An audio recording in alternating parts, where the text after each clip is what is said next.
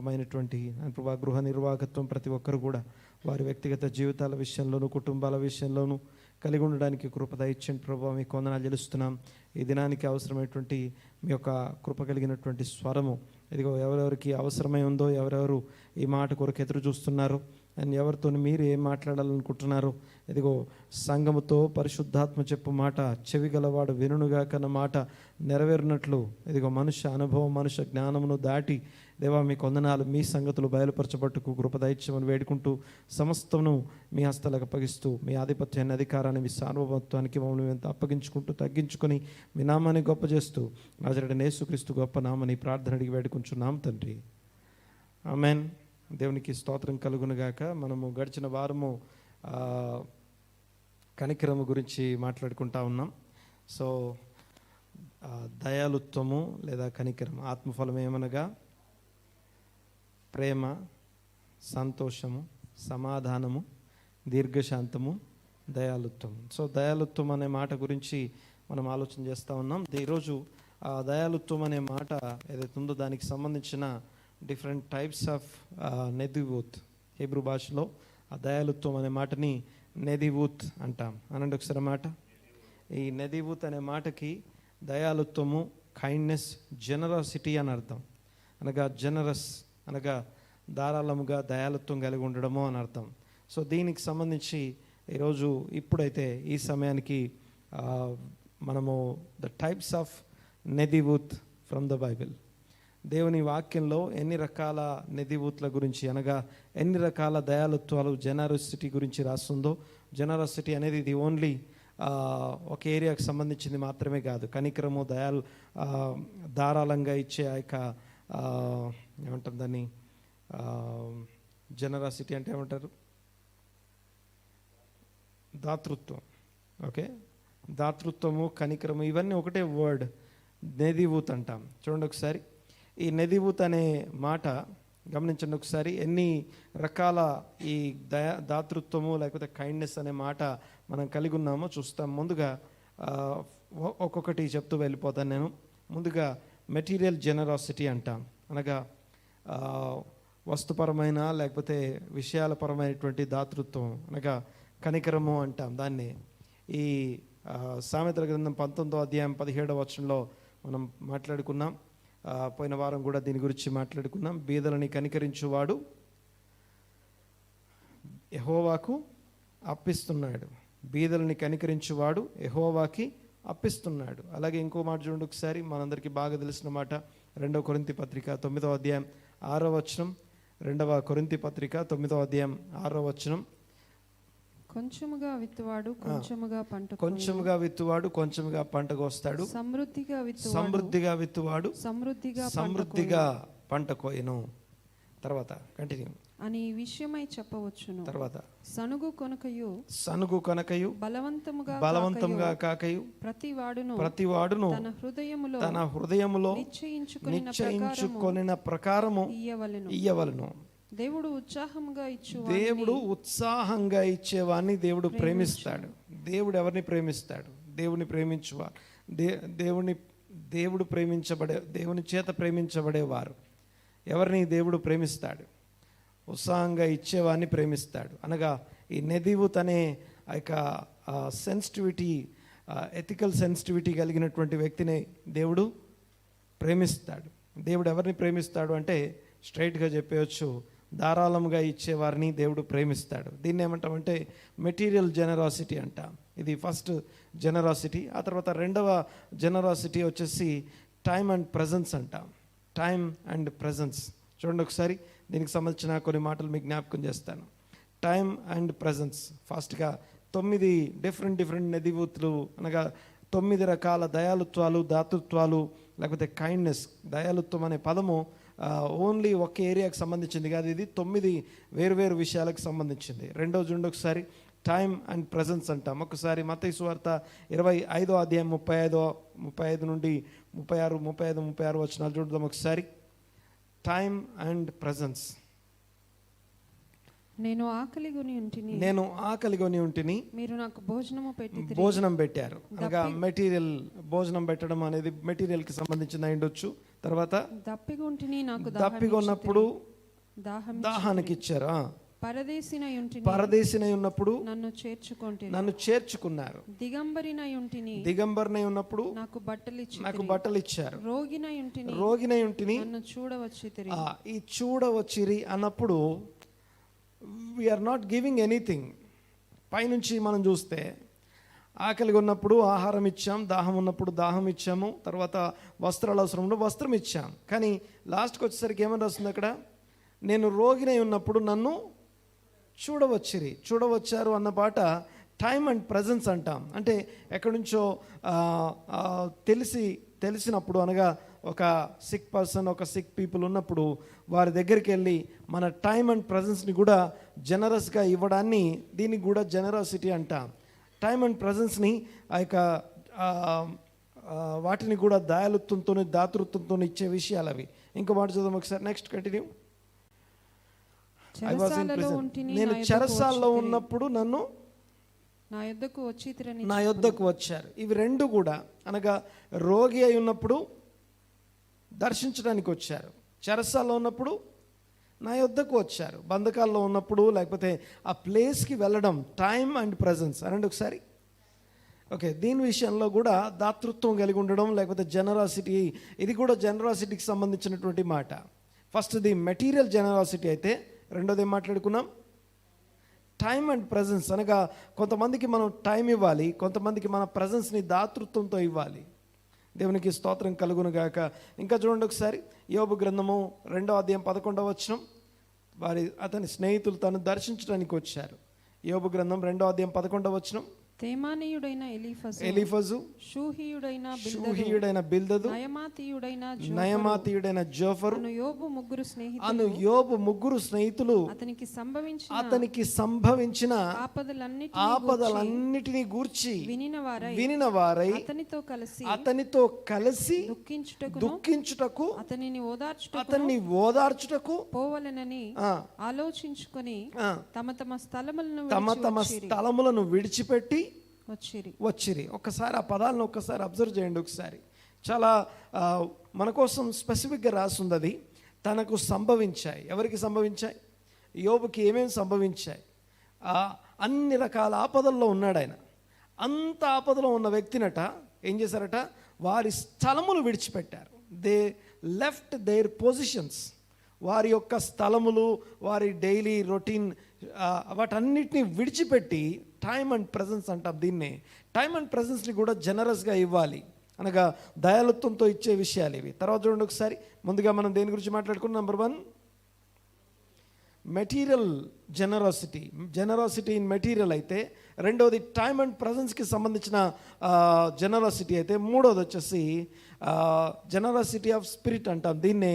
Forgiveness and grace, కృప చూపించే విషయంలో, లేకపోతే క్షమించే విషయంలో జనరస్గా ఉండడం.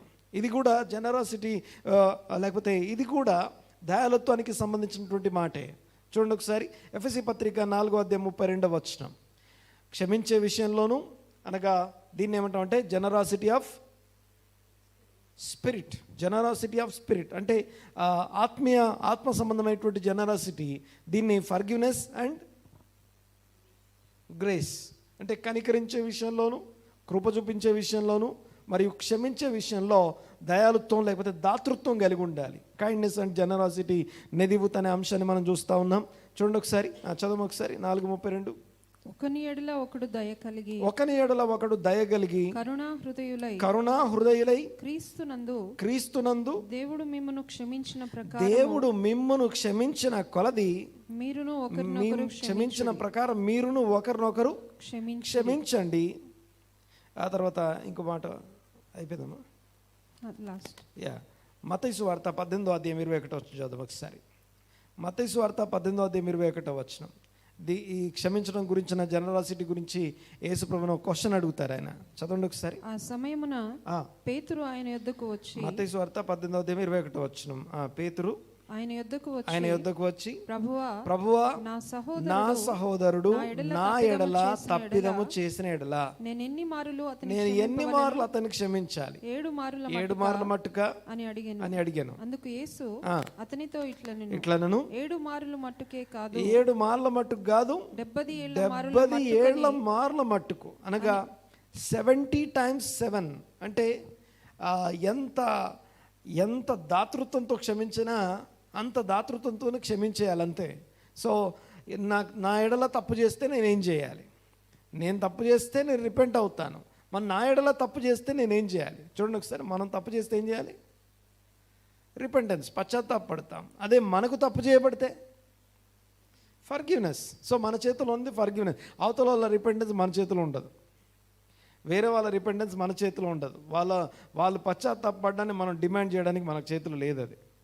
ఓకే, అవతల వాళ్ళు నువ్వు పశ్చాత్తాపడాల్సిందే అని చెప్పి డిమాండ్ చేయలేం మనం. కానీ మనం క్షమించగలం.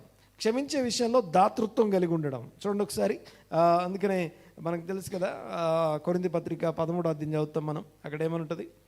ప్రేమ అన్నిటినీ నమ్మును, అన్నిటికీ దాలుకొన్ను, అన్నిటినీ ఓర్చును, అన్నిటినీ అన్నిటికి క్షమిస్తుంది. తర్వాత చూడండి ఒకసారి, ఇంకొక మాట మీకు జ్ఞాపకం చేస్తాను. మొదటిగా ఏం చూసాం? Material generosity. Number 2 time and ప్రెజెన్స్కి సంబంధించిన జనరాసిటీ. ఇవన్నీ కూడా ఆత్మఫలమైనటువంటి దయాలుత్వం అనే మాట కిందికి వస్తాయి. నెదివుత్, జనరాసిటీ అండ్ కైండ్నెస్, ఆ యొక్క దాతృత్వానికి సంబంధించిన మాట అది. నెదివుత్ అనే వర్డ్ ఏదైతే ఉందో, అబండెన్స్, దాన్ని ఏమంటామంటే దాతృత్వంతో ఇచ్చేది, లెక్కలు చూసుకొని ఇచ్చేది కాదు. ఓపెన్గా, ఫ్రీగా, అబండెంట్గా, విస్తారంగా విత్తువారిని, విస్తారంగా ఇచ్చేవారిని దేవుడు. 4వది generosity of teaching and wisdom అంటాం. మాకు తెలిసిన జ్ఞానం మా దగ్గరే పెట్టుకుంటాం, ఎవరికి ఐడియాలు ఇవ్వం మేము. దీన్ని ఏమంటాం అంటే, జనరాసిటీకి ఆపోజిట్ వర్డ్ ఏంటి?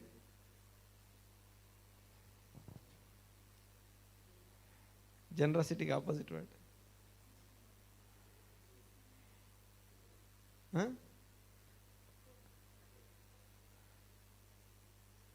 నాకు వినపడట్లేదు.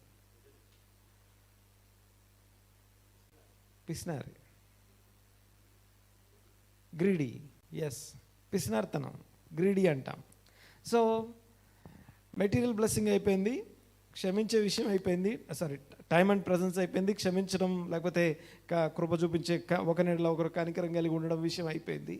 ఇక 4th వన్ వచ్చేసి టీచింగ్ విజ్డమ్, అనగా మనకు తెలిసినటువంటి ఉపదేశాన్ని, మనకు తెలిసినటువంటి సబ్జెక్ట్ని, మనకు తెలిసిన దాన్ని ఇవ్వాలి. ఇచ్చే విషయాలు ఎట్లుండాలట? దాతృత్వం కలిగి ఉండాలట. ఎలా ఉండాలి? జనరస్. లేదనుకోండి కంజూస్ అంటాం, లేకపోతే పిసినార్తనం అంటాం. చూడండి ఒకసారి, దీనికి సంబంధించిన ఒక 2 వచనాలు మీకు జ్ఞాపకం చేస్తాను. మత్తయి సువార్త 28వ అధ్యాయం 19వ వచనం.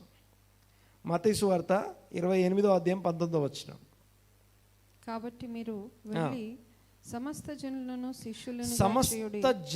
శిష్యులనుగా చేయండి, తండ్రి యొక్కయు కుమారుని యొక్కయు పరిశుద్ధాత్మ యొక్కయు నామములోనికి వారికి బాప్తిస్మం ఇచ్చుచు నేను మీకు ఏ సంగతులను ఆజ్ఞాపించుచున్నానో. ఇక్కడ చూడండి ఒకసారి, ఫస్ట్ వచనాన్ని చాలా సీరియస్గా తీసుకుంటాం. సమస్త జనులను, ఫస్ట్ వచనం చదవం ఒకసారి. సమస్త జనులను శిష్యులనుగా మార్చండి, సర్వలోకానికి వెళ్ళి సర్వ సృష్టికి స్వార్థ ప్రకటించండి. మీరు వెళ్ళి సమస్త జనులను శిష్యులుగా మార్చండి, తండ్రి యొక్క కుమారుని యొక్క పరిశుద్ధాత్మలో బాప్తిసం ఇవ్వండి. ఇక్కడ దాకా బాగుంది. బాప్తిసం ఇచ్చిన తర్వాత ఏం చేయాలి? చదవం ఒకసారి. నెక్స్ట్, నేను మీకు ఏ సంగతులు ఆజ్ఞాపించానో వాటన్నిటిని గైకొనవలనని వారికి బోధించండి. ఈ బోధించే విషయంలో యాక్చువల్గా అక్కడున్న ఇంగ్లీష్ వర్డ్ చూస్తే, teaching them to obey everything I have commanded you. మిమ్మల్ని నేను దేని విషయంలో విధేయత చూపించమని, లోబడమని ఆజ్ఞాపించానో అవన్నీ వాళ్ళకి బోధించండి. అవి అన్నీ అనేటప్పుడు అబండెంట్ అంటే ఏది దాచుకోవద్దు అని అర్థం. నేను ఎక్కువ ఒబీడియంట్ ఉంటాను, పక్కన వాళ్ళు దాని గురించి తెలియకుండా ఉంటే నాకు చాలా ఎక్కువ బెనిఫిట్ అవుతుంది అనుకుంటా. నో, టీచింగ్ అనేది ఇస్తూనే ఉండాలి. Correction, teaching. ఒకసారి ఈ వచనం చూద్దాం. ఒకసారి తిమోతి పత్రిక 3వ అధ్యాయం 15వ వచనం. 2వ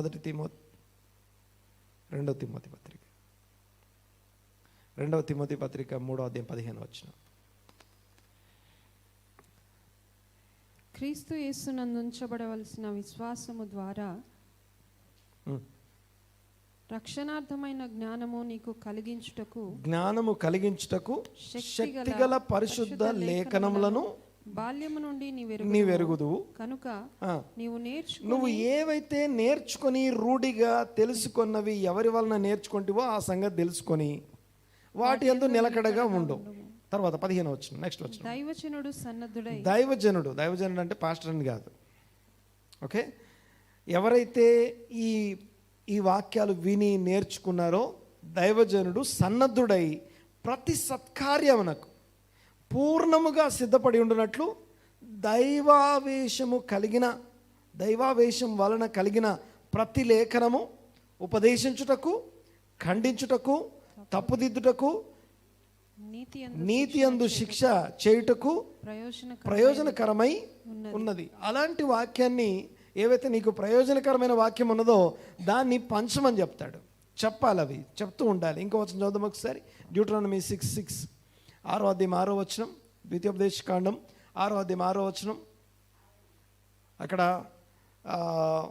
ఇశ్రాయేలు వినుము, నీ దేవుడనే యెహోవా ఒక్కడే అని చెప్పిన తర్వాత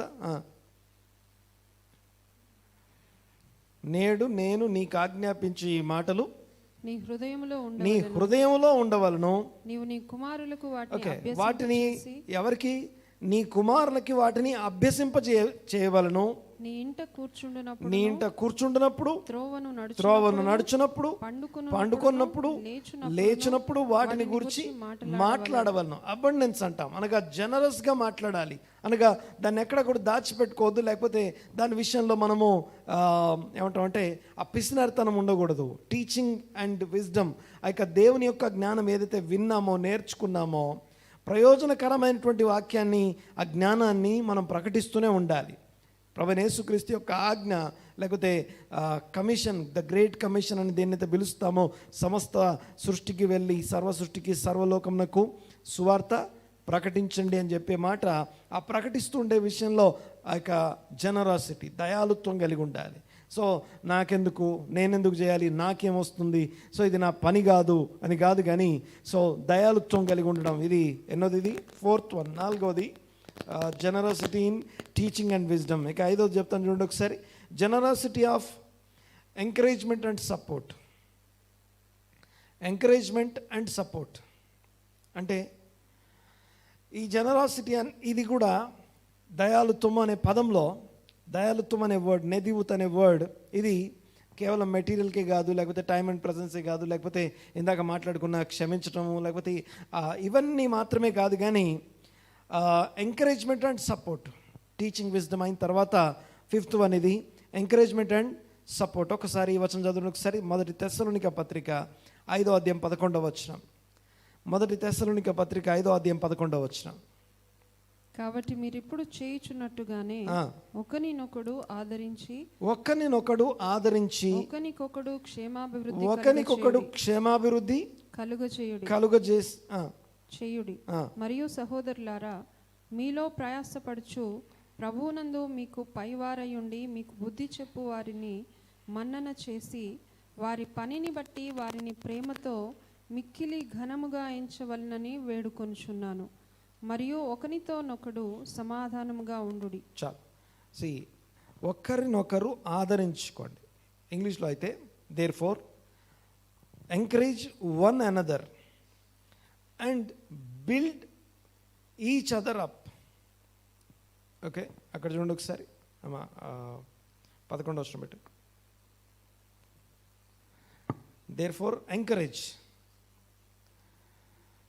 one another and edify or strengthen or build up each other. one another. ప్రతి ఒక్కరిని కట్టుకునే విషయంలో, అంటే పక్క నుండి కూడా కట్టమని చెప్తాడు. ఎంకరేజ్మెంట్ అండ్ బిల్డింగ్ లేకపోతే ఎంకరేజ్మెంట్ అండ్ సపోర్ట్ ఏదైతే ఉందో దీని విషయంలో కూడా దయాలుత్వం కోరబడుతుంది. దీని విషయంలో కూడా నెదివు జనరాసిటీ కైండ్నెస్ కోరబడుతుంది. సో ఎప్పుడు మనం సపోర్ట్ చేస్తాం, ఎప్పుడు ఎంకరేజ్ చేస్తాం? మనకి రిటర్న్ ఏమైనా వస్తే ఎంకరేజ్ చేస్తాం, మనకేమన్నా దొరుకుతుంది అన్నప్పుడు ఎంకరేజ్ చేస్తాం. అది కాకుండా దయాలుత్వము లేకపోతే ఈ కైండ్నెస్ అనేది ఇది ఎంకరేజ్మెంట్ అండ్ సపోర్ట్కి సంబంధించింది కూడా. ఇది నెంబర్ 5. ఇక నెంబర్ 6 ఇంకో వచనం చూద్దాం, చూడండి ఒకసారి. హెబ్రీ పత్రిక 10వ అధ్యాయం 24వ వచనం. హెబ్రీ పత్రిక 10వ అధ్యాయం 24వ వచనం. కొందరు మానుకొనుచున్నట్టుగా సమాజముగా కూడుట మానక ఒకనికొకడు హెచ్చరించుచు ఆ దినము ఒకనికొకడు హెచ్చరించుచు ఆ దినము సమీపించుట మీరు చూచిన కొలది మరి ఎక్కువగా అలాగు చేయుచు ప్రేమ చూపుటకును సత్కార్యములు చేయుటకును ఒకరినొకడు పురికొల్పవలనని ఆలోచించము. సో జనరాసిటీ అంటే ఓన్లీ మెటీరియల్ దగ్గర ఆగిపోతాం మనం. దీనికి కూడా అనగా ఒకరినొకరు ఎంకరేజ్ చేయడం, సపోర్ట్ చేసుకోవడం కూడా అదొక జనరాసిటీ. అక్కడ కూడా ఈ నెదివూత్ లేకపోతే దయాలుత్వం అవసరము అనే సంగతి మనకి సరిగా చదివితే తప్ప ఈ విషయాలన్నీ మనకు కనపడవు.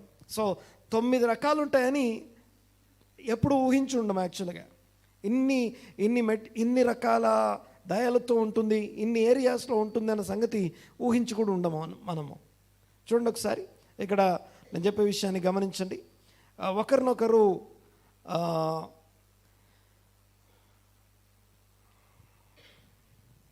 ఒకరినొకరు కట్టుకునే విషయంలో, ఒకరినొకరు ఎంకరేజ్ చేసుకునే విషయంలో, ఒకరినొకరు ప్రేమించే విషయంలో దయాలుత్వం కలిగి ఉండమని చెప్పేసి వాక్యం చెప్తా ఉంది. తర్వాత ఇంకొక మాట 6th వన్ చూద్దాం ఒకసారి. 6వది జనరాసిటీ ఆఫ్ హాస్పిటాలిటీ. ఇందాక మనం మాట్లాడుకున్నట్టుగా రోమపత్రిక 12వ అధ్యాయం 13వ వచనం చూడండి ఒకసారి. రోమపత్రిక 12వ అధ్యాయం 13వ వచనం. పరిశుద్ధుల అవసరములలో పాలు పొందుచు శ్రద్ధగా ఆతిథ్యం ఇచ్చుచుండి మిమ్మును హింసించు వారిని దీవించుడు గాని శపింపవద్దు. ఓకే, మిమ్మును ఎవరిని శపించొద్దట? హింసించు వారిని దీవించండి. యూనో, మనల్ని ఆశీర్వదించే వాళ్ళని ఆశీర్వదించడం కామన్ విషయం.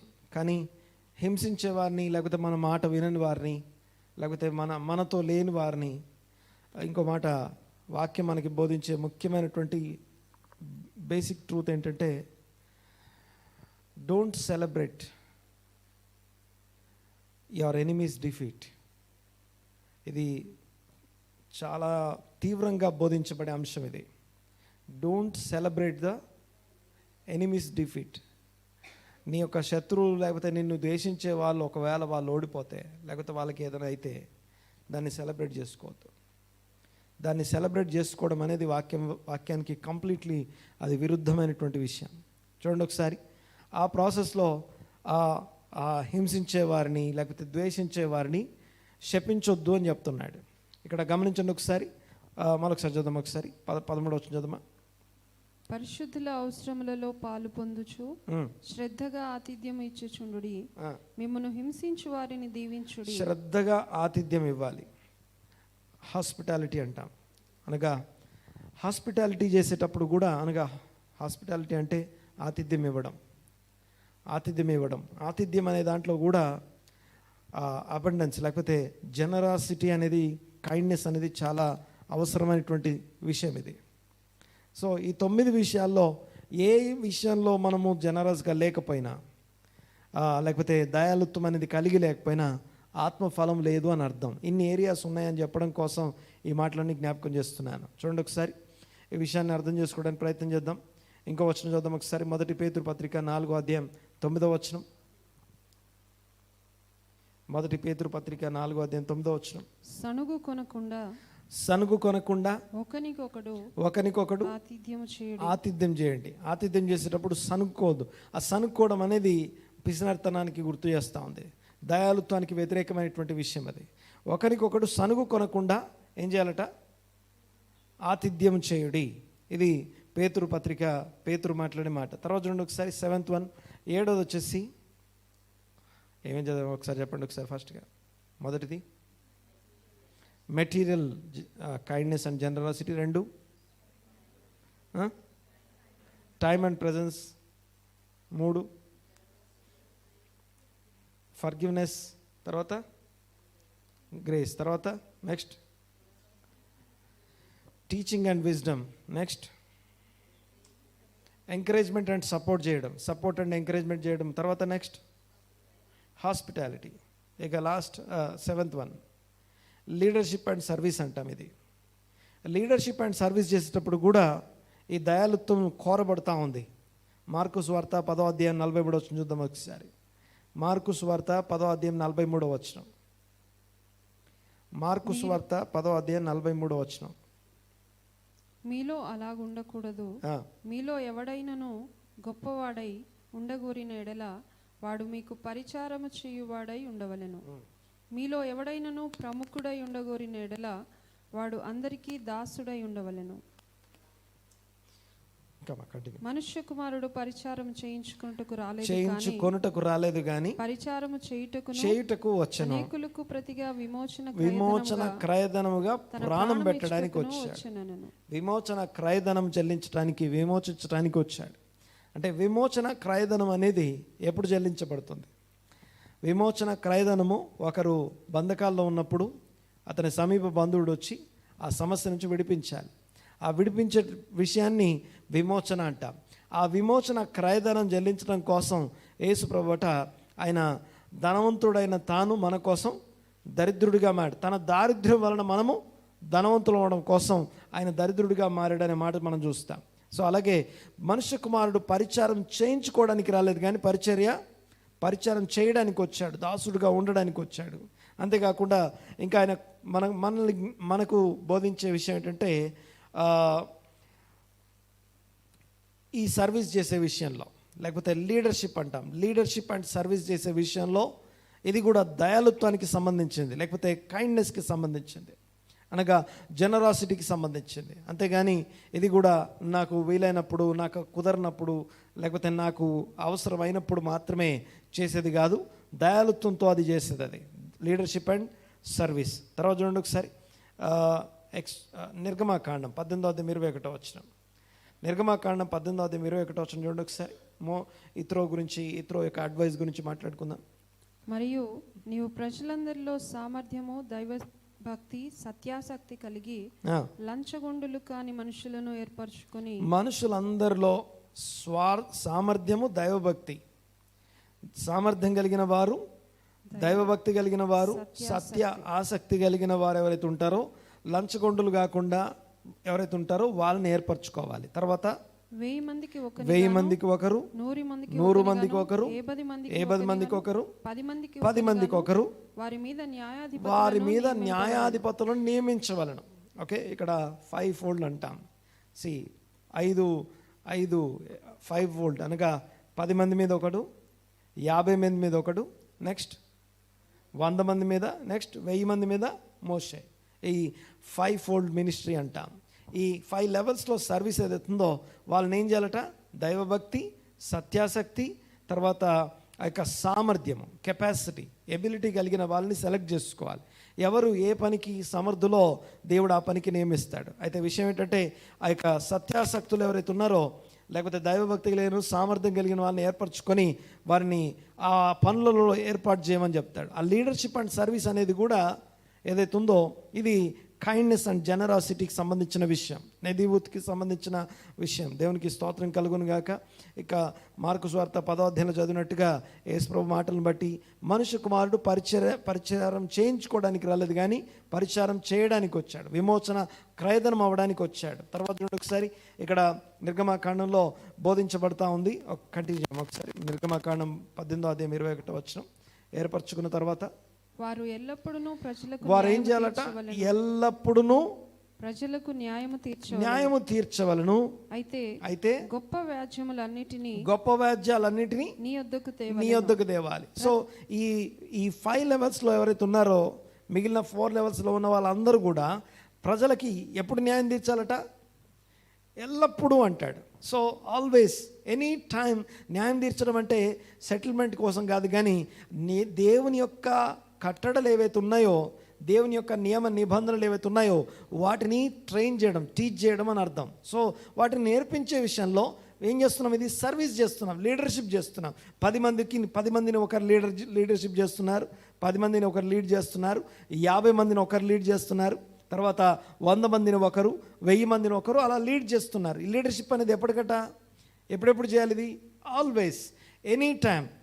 ఆ లీడర్షిప్ అండ్ సపోర్ట్ ఏదైతుందో, ఈ సర్వీస్ ఏదైతుందో, ఇది ఎప్పుడు చేసే విషయం, అనగా ధారాళముగా చేసే విషయం అది. ఇకపోతే 8వ నంబర్ మాట్లాడుకుందాం. 8th వన్ వచ్చేసి generosity in justice and fairness అంట. నీతి న్యాయములు జరిగించే విషయంలో జనరస్గా ఉండడం. అంటే జనరసిటీ ఎప్పుడు కూడా రిటర్న్స్ని ఎక్స్పెక్ట్ చేయదు.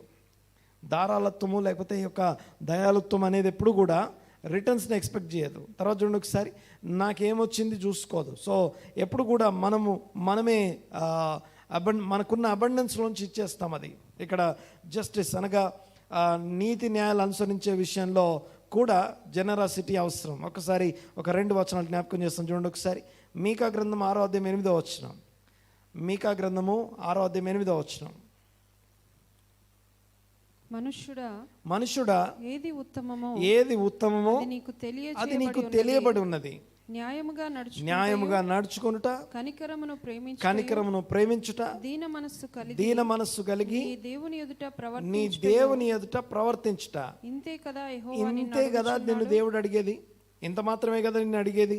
సో అందులో ఒకటి న్యాయంగా నడుచుకొనుట అనేది కూడా దేవునికి కోరబడుతుంది కనుక దాన్ని చేయడం. తర్వాత ఇంకో వచనం చదువుదాం ఒకసారి. ఫిలిప్పీ పత్రిక 4వ అధ్యాయం 8వ వచనం. మెట్టుకు సహోదరులారా, ఏ యోగ్యత అయినను మెప్పైనను ఉండిన ఎడల ఏవి సత్యమైనవో, ఏవి మాన్యమైనవో, ఏవి న్యాయమైనవో, ఏవి పవిత్రమైనవో, ఏవి రమ్యమైనవో, ఖ్యాతి గలవో వాటి మీద ధ్యానం ఉంచుకొనుడి. తర్వాత, మరియు మీరు నా వలన ఏవి నేర్చుకుని అంగీకరించారో, నా యందున్నట్టుగా ఏవి వింటిరో, ఏవి చూచితిరో అట్టి వాటిని చేయండి. అప్పుడు సమాధానకర్తయగు దేవుడు మీకు తోడై ఉండును. సమాధానకర్త అయిన దేవుని తోడు అనుభవించే పద్ధతి ఇది. చూడండి ఒకసారి, ఏవైతే న్యాయమైన విషయాలు ఉన్నాయో ఆ న్యాయమైన సంగతులను చేసే విషయంలో ఎలా ఉండాలట? జనరస్ అనగా దయాళుత్వంతో లేకపోతే ధారాళంగా చేసే విషయం, అనగా నాకేమొచ్చింది అని కాదు, కానీ దేవుని యొక్క వాక్యం అనుసరించే విషయంలో, నీతి న్యాయములు అనుసరించే విషయంలో దయాళుత్వం కలిగి ఉండడం. దేవునికి స్తోత్రం. తర్వాత చూడండి ఒకసారి ఇంకో మాట, లేవియాకాండం 19వ అధ్యాయం 13వ వచనం. లేవియాకాండం 19వ అధ్యాయం 13వ వచనం.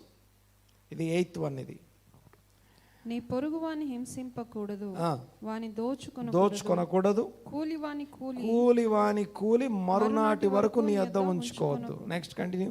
చెవిటి వాని తిట్టొద్దు, గుడ్డి వాని ఎదుట అడ్డం పెట్టొద్దు. నీ దేవునికి భయపడాలి. నేను యెహోవాను. అన్యాయపు తీర్పు తీర్చొద్దు, బీదవాడని పక్షపాతము చేయకూడదు, గొప్పవాడని అభిమానము చూపకూడదు. న్యాయమును బట్టి నీ పొరుగువానికి తీర్పు తీర్చవలెను. నీ ప్రజలలో కొండెములాడుచు ఇంటింటికి తిరగకూడదు. నీ సహోదరునికి ప్రాణహాని చూడకూడదు. నేను యెహోవాను. నీ హృదయంలో నీ సహోదరుని మీద పగపట్టకూడదు. నీ పొరుగువాని పాపము నీ మీదికి రాకుండానట్లు నీవు తప్పక వానిని గద్దింపవలెను. కీడుకు ప్రతి కీడు చేయకూడదు, ప్రజల మీద కోపం ఉంచుకోవద్దు. నిన్ను వలె నీ పొరుగువాన్ని ప్రేమింపవలెను. నేనే యెహోవాను. సో ఈ వచనాలన్నీ కూడా నేను పరిశుద్ధుడిని కనుక మీరు కూడా పరిశుద్ధులై ఉండాలనే వచనం కంటిన్యూషన్ ఇవన్నీ కూడా. సో ఇందులో నిన్ను వల్ల నీ పొరుగు అని ప్రేమించవాలని అనే వచనం కూడా మనం చూస్తాం. ఇందులో న్యాయంగా నడుచుకోవడం గురించి మనం చూస్తాం. అందులో గుడ్డివాని ఎదుట అడ్డం పెట్టకపోవడం, చెవిటివాని తిట్టకపోవడం, అంటే న్యాయమును అనుసరించే విషయంలో జనరస్గా ఉండడం గురించి ఇవన్నీ మాట్లాడుతున్నాయి. ఇక last and final, generous towards environment.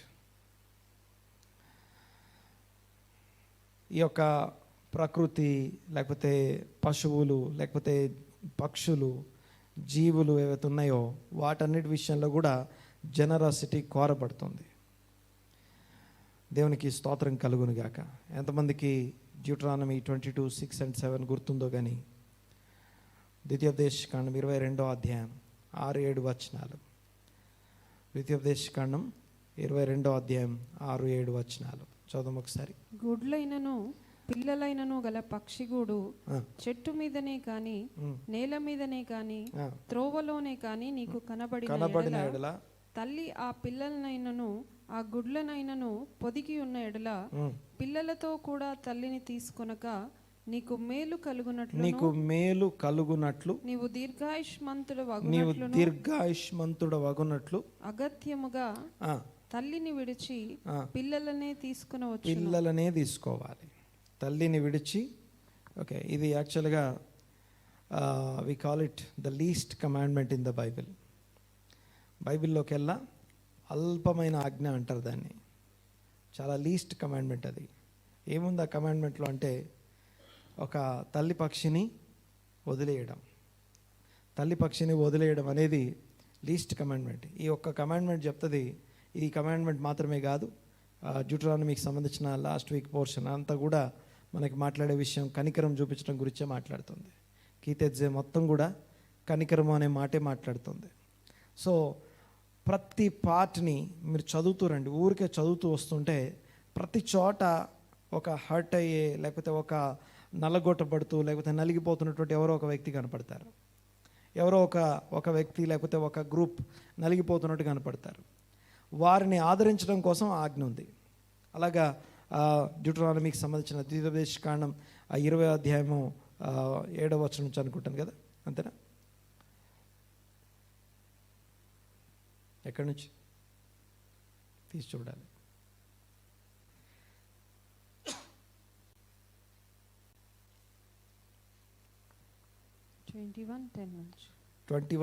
Yes, 21వ అధ్యాయం 10వ వచనం నుండి 25:19 దాకా ఈ మొత్తం బాగా చదివితే అందులో ఉన్న ప్రతి ఏరియా, ప్రతి పార్ట్, అన్నిట్లో ఉన్న కామన్ పాయింట్, ప్రతి చోట ఎవరో ఒకరు ఏదో ఒక విషయంలో నలిగిపోతూ, కష్టపడుతూ, ఇబ్బంది పడుతుంటారు. వారిని ఆదరించడం గురించి మాట్లాడుతుంది. దేవునికి స్తోత్రం. కనికరం అనే టాపిక్ అందులో కనపడుతుంది. ఈ సమయంలో ఈ 9 విషయాల్ని మన మనసులో ఉంచుకుందాం. ఇంకొక మాట చదివేసి లాస్ట్ 9వది ఏంటది? 9th వన్ ఏంటి? Generosity towards the environment. ఈ యొక్క సృష్టి విషయంలో దయాలుత్వం కలిగి ఉండమని చెప్పబడుతుంది. క్రూరంగా, మూర్ఖంగా, లేకపోతే మొండిగా, మోటుగా బిహేవ్ చేయొద్దని చెప్తుంది. అందులో జెనసిస్ 2:15 ఆదికాండము 2వ అధ్యాయం 15వ వచనంలో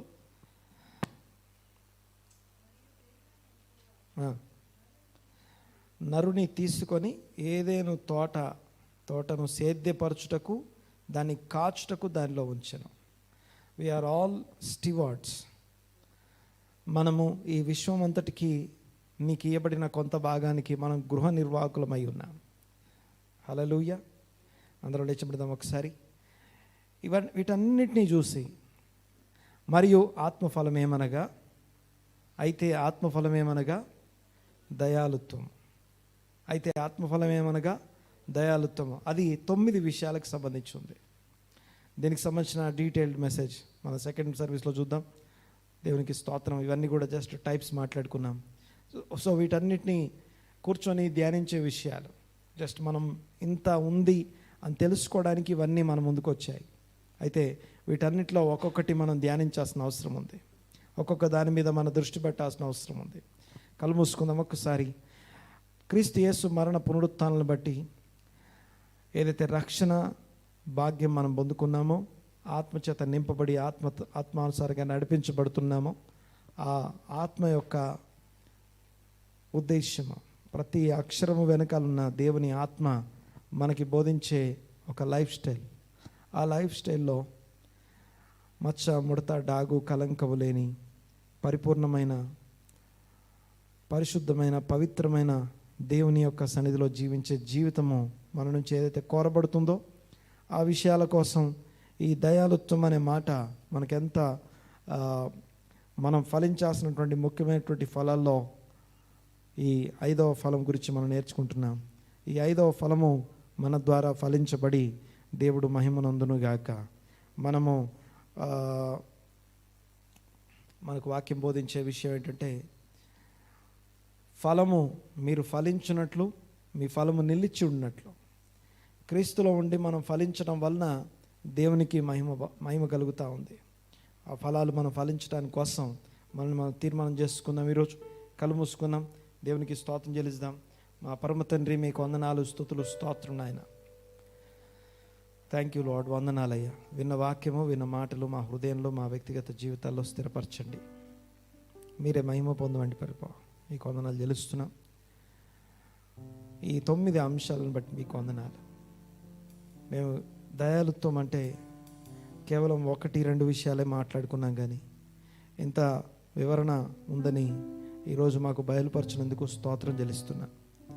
ఈ దయాలుత్వం ఎన్ని రకాలుగా ఉందో గ్రహించుటకు మాకు మనసునిచ్చినందుకు స్తోత్రం నాయన, మీకే వందనాలు.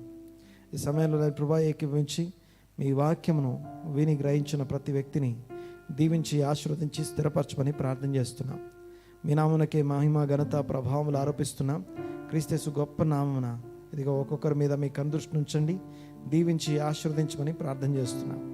కేవలం మీరే మహిమ పొందమని వేడుకుంటున్నాం తండ్రి. స్తోత్రం నాయన. సంఘమును, సమాజంను మీ సన్నిధిలో ఎత్తిపడుతున్నాం. దీవించండి, ఆశీర్వదించండి. ఆత్మఫలం ఫలించే సమాజంగా మార్చండి ప్రభువా. ప్రతి వ్యక్తి, ప్రతి కుటుంబము, ఇదిగో చిన్నలు, పెద్దలు, ప్రతి ఒక్కరు కూడా ఇదిగో వారి వ్యక్తిగత జీవితంలో ఈ ఆత్మఫలం కలిగి ఉండటానికి కృప దయచేయండి. కేవలం థియరిటికల్గా మాత్రమే కాదు, కానీ ప్రాక్టికల్గా అప్లికేషన్ ఏరియాలో మేమందరము ఫలించువారుగా ఉండటానికి సహాయం దయచేయండి. తెలిసిన వారు మాత్రమే కాదు, కానీ దాన్ని అనుసరించి దాన్ని ఇదిగో ప్రొడ్యూస్ చేయగలిగిన వారంగా మేము ఉండటానికి సహాయం దయచేయండి ప్రభు. మీరే మేము పొందమని వేడుకుంటూ ఈ యొక్క సహాయం మాకు దయచేయమని వేడుకుంటున్నాం తండ్రి. ఆత్మఫలం ఫలించడానికి అవసరమైన ఆత్మ సహాయం చేత మమ్మల్ని నింపమని వేడుకుంటున్నాం. ఇదిగో మేము ప్రయాణిస్తున్నప్పుడు, మేము నడుస్తున్నప్పుడు, మేము ఆలోచిస్తున్నప్పుడు, మేము జీవిస్తున్నప్పుడు ఇదిగో మాకు అవసరమైనటువంటి ఉపదేశం, ఇదిగో నేను రాత్రులు నిద్రిస్తున్నప్పుడు నా అంతరింద్రియంలో నాకు ఉపదేశిస్తున్నాయన్న మాటను బట్టి మీకు వందనాలు. ఈ మాటలు ఇదిగో ప్రతిరోజు ఇదిగో కూర్చున్నా, లేచినా మేము మాట్లాడాలన్న మాటను బట్టి మీకు వందనాలు, స్తోత్రం నాయన.